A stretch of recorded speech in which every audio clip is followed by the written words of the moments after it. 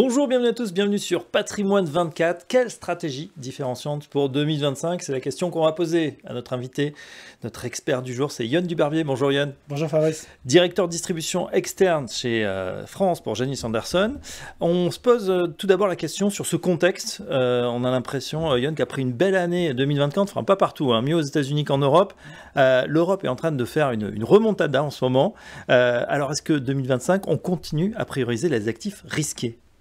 Alors Fabrice, on reste très positif sur les actifs risqués pour cette nouvelle année, mais je dirais qu'on va être sélectif. Les opportunités restent importantes, mais il faut avoir vraiment un œil sur les valeurs sur lesquelles on se positionne pour cette nouvelle année.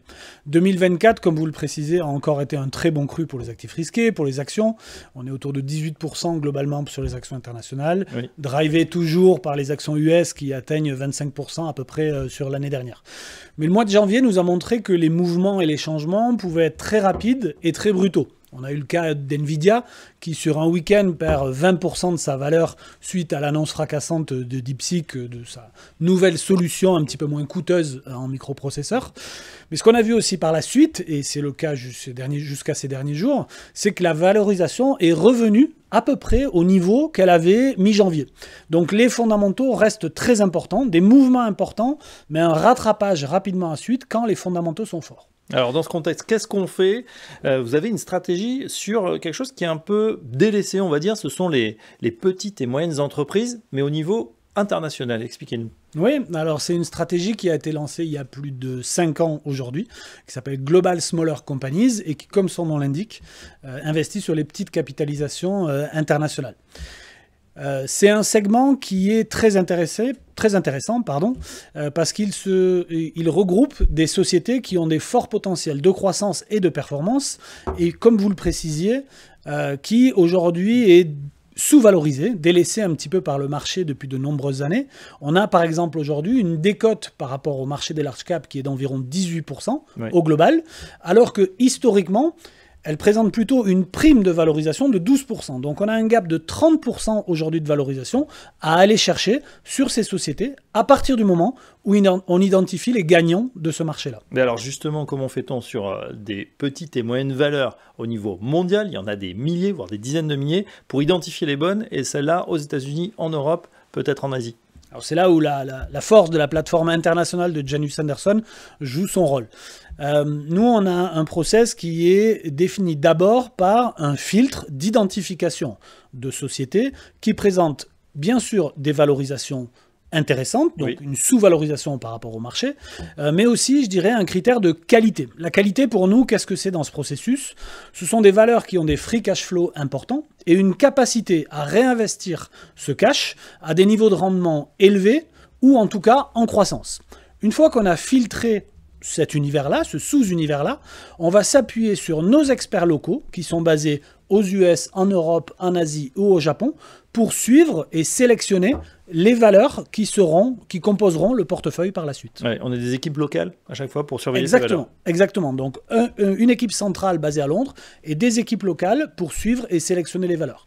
Et la robustesse de l'approche, je dirais, est prouvée par les performances du fonds, puisque donc, le fonds a été lancé il y a 5 ans et demi, et depuis son lancement, on est sur une performance annualisée de 15% net, là où le marché n'offre que, je dirais, 9% par an. Ouais, c'est pas mal, On précise bien sûr que les performances passées ne présument pas des performances futures, mais c'est un très bon résultat, notamment à un moment où on est dit, voilà, on est un peu traumatisé sur ces petites et moyennes valeurs, il y a encore de la performance à faire sur la value donc. Autre stratégie différenciante, et ça c'est une nouveauté, je dois dire en tout cas, pour nous, on en parle très peu, les ETF, on connaît, mais des ETF sur le CLO, alors ça, il faut nous expliquer, Yon Dubarbier. Oui, sur les taux, on essaye d'être différenciant, d'être novateur. Et comme vous le savez, on en a déjà parlé, Janus Henderson s'est lancé dans l'univers des ETF actifs l'année dernière avec le rachat de la plateforme Tabula. Et dans ce cadre-là, on a lancé une stratégie sur les CLO notés AAA. Alors, un CLO, je vais essayer d'être synthétique. Qu'est-ce que c'est? C'est une titrisation d'un panier de prêts d'institutions financières, oui. Auprès de grandes entreprises cotées et qui sont proposées au marché par tranche de risque, je disais. Nous, dans ce véhicule, on n'investit que dans la tranche la plus sécurisée, c'est-à-dire celle qui est notée AAA, puisque déjà, en se positionnant sur cette tranche, on arrive à constituer un portefeuille qui offre un rendement courant de l'ordre de 3,9% aujourd'hui.